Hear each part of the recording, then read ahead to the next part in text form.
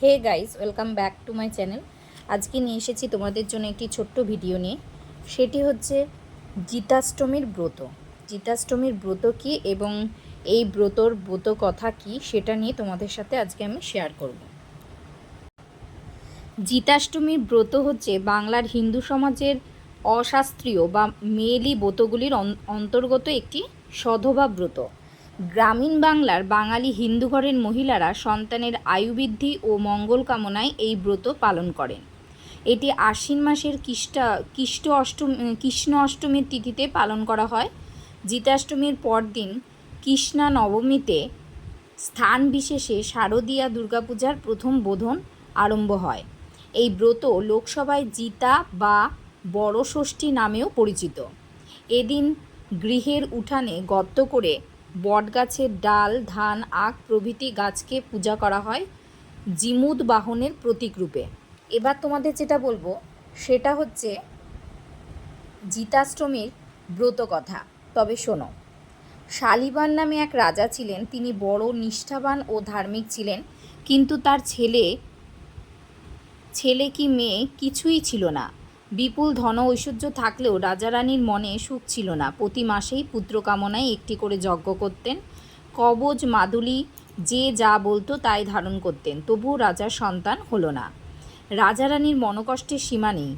একদিন রানী স্বপ্ন দেখলেন, হংস বাহনে এক দেবতা এসে বলছেন, তুমি জিতাষ্টমীর ব্রত করো, তোমার ছেলে হবে। রানী ঘুম ভেঙে রাজার কাছে সব কথা খুলে বললেন। রাজা আশ্বিন মাসের কৃষ্ণ অষ্টমীর দিন উঠানে একটি ক্ষুদ্র পুকুর কাটলেন। পুকুরের মাঝখানে কলা গাছ আর বেলগাছ পুঁতে মটর ও ফলের নৈবেদ্য করলেন। রাজা রানী উপবাসী থেকে সন্ধ্যার সময় জিমুদবাহনের পুজো করে সেই প্রসাদ সকলকে বিতরণ করলেন। পরদিন সকালে